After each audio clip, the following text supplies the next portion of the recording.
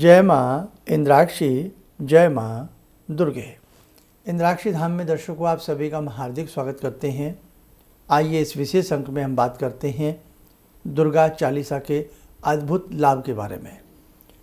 जैसे दुर्गा कवच अद्भुत लाभ प्रदान करता है, उसी प्रकार से किसी भी समस्या के निदान के लिए हमें दुर्गा चालीसा भाव से पढ़नी चाहिए।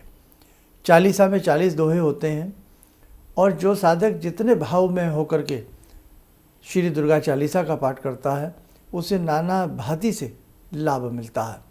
पहले पंचांग देखते हैं, फिर आगे की चर्चा करते हैं। कितने पाठ करने चाहिए, कैसे करने चाहिए, सारी जानकारी भक्तों को इस अंक में मिलने वाली है। 28 अक्टूबर सन 2025 दिन मंगलवार, संवत 2082, आश्विन मास शुक्ल पक्ष, तिथि आज षष्ठी है, लेकिन षष्ठी तिथि ध्यान रखें सुबह 8 बज के मात्र 1 मिनट तक है।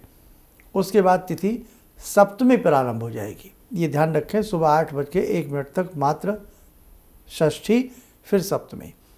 नक्षत्र पूर्वाषाढ़ा, राहुकाल 3 से 4:30, दिशा शूल उत्तर दिशा। भगवती नाना रूपों में साधकों के कष्टों को हरती हैं। कभी यही शाकंभरी का रूप ले लेती हैं, कभी यही बगलामुखी के रूप में विराजमान होती हैं। भगवती के असंख्य रूप हैं। भगवती की असंख्य रूप की साधनाएं की जाती हैं, लेकिन जो साधक जितने आत्मभाव से, जितने मन से जगत जननी जगदम्बा की साधना करता है, उसके उतने ही त्वरित कार्य पूर्ण होते हैं। दुर्गा चालीसा, हम अपने जीवन में नाना भांति के कष्टों से कई बार जूझते हैं।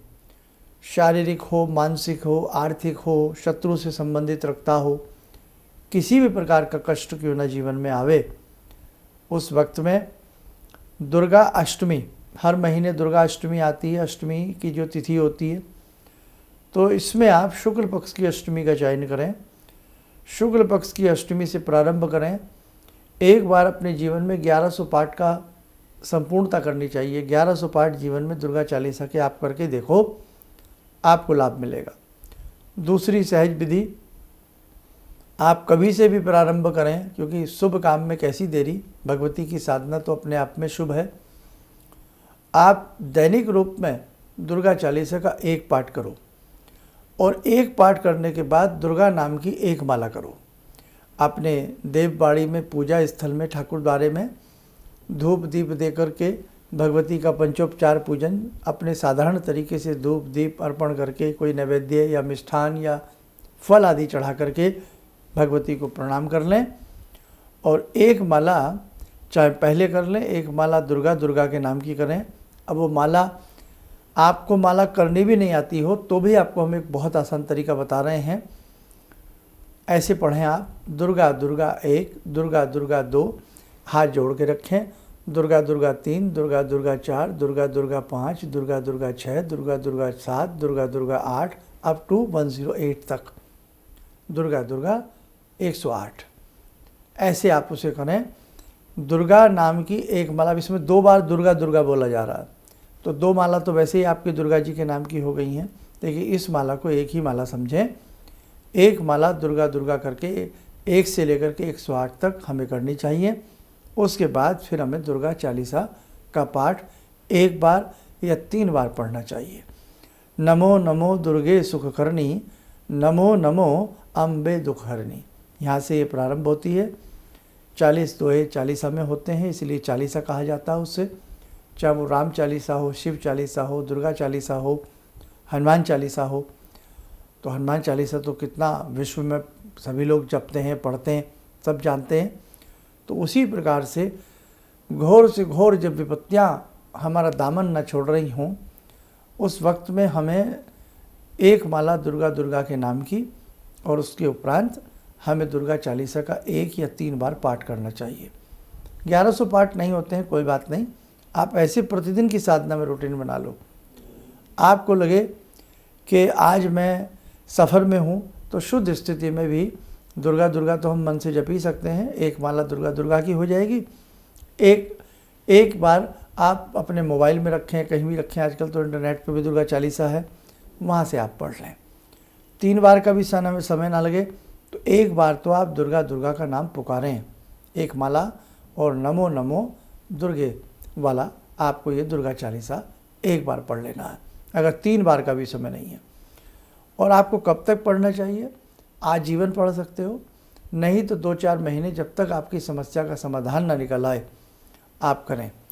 दिन में चलते फिरते उठते बैठते भी दुर्गा दुर्गा दुर्गा दुर्गा दुर्गा दुर्गा दुर्गा दुर्गा दुर्गा दुर्गा इस महामंत्र को आप जपते रहें। दुर्गम से दुर्गम काज आपके संभरेंगे। भगवती दुर्गा हैं, अशस्त्र जिनके हस्तों में, हस्त कमलों में विराजमान होते हैं, शत्रुओं की विशाल से विशाल सेनाओं को चट भर में, क्षण भर में समाप्त कर देती हैं वो जगत जननी।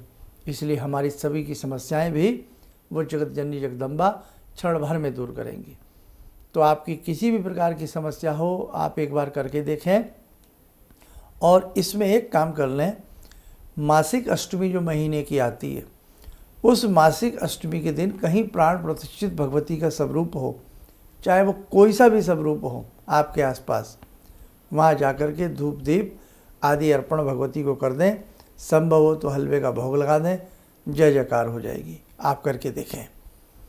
और एक बात और ध्यान रखें, आप ये सरल हिंदी में है, इसे कोई भी साधक, कोई भी भक्त इसको कर सकता है। इसके लिए किसी आज्ञा की आवश्यकता नहीं होती है, भगवती की साधना है, ये कोई भी करके देखे। और जगत जननी जगदम्बा अनेकों रूपों में विचरण करती है। यही नवारण मंत्र में बसती हैं, ऐम में, ह्रीम में, क्लीम में, त्रिपिंडी के रूप में वैष्णो देवी में ये पूजी जाती हैं। सरस्वती, महासरस्वती, महाकाली और महालक्ष्मी के रूप में ये पूजित होती हैं। विंध्यवासिनी में विंध्यवासिनी के रूप में ये पूजी जाती हैं। तो ऐसे नाना भांति से अपने अपने शक्तिपीठों में, अपने अपने केंद्रों में, अपने अपने ऐसे धामों में भगवती विराजती हैं। आपके घर में भी विराजेंगी। आप सुंदर तरीके से भगवती की साधना आराधना करिए, आपको बहुत अच्छा लाभ मिलेगा। चलिए साधकों, समय हो चला आज की ध्यान साधना का। जुड़ते हैं जगत जननी मंगल करनी जगदम्बा से। ॐ सिन्दूरारुणविग्रहां त्रिनयनां माणिक्यमूलस्फुरात् स्तारानायकशेखरं स्मितमुखी बापेन वाक्षोरुवां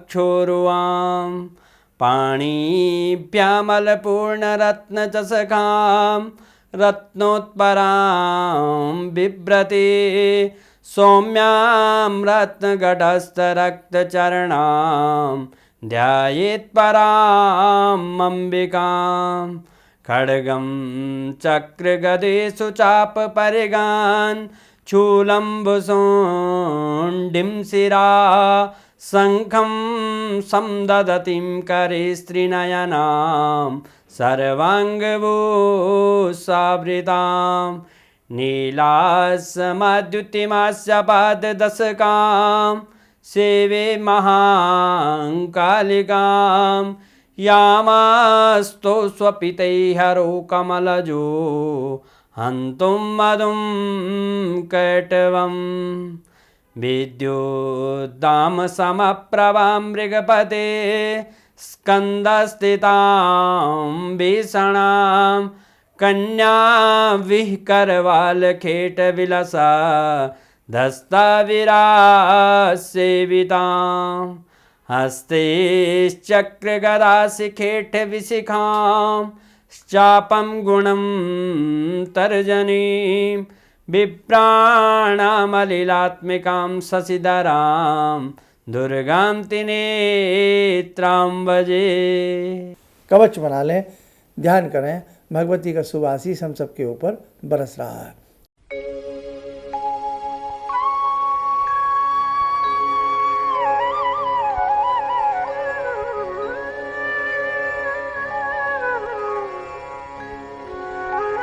ओम बोलते हुए नेत्र खोलें, सामान्य हो जाए। जब हम कवच बनाते हैं तो आप सब लोग कवच बनाया करें। अगर एक बार तो संभव हो दिन में ध्यान माला सुन के कवच बनाइए। कवच बनाने से व्यक्ति की सुरक्षा होती है, निर्भय होता है, व्यक्ति के ऊपर समस्त प्रकार की कृपा भगवती की बरसती है और एक ना एक दिन भगवती के गुणगान करते करते, भगवती की साधना करते करते जगत जननी जगदम्बा का साधक को सायुज्य प्राप्त होता है।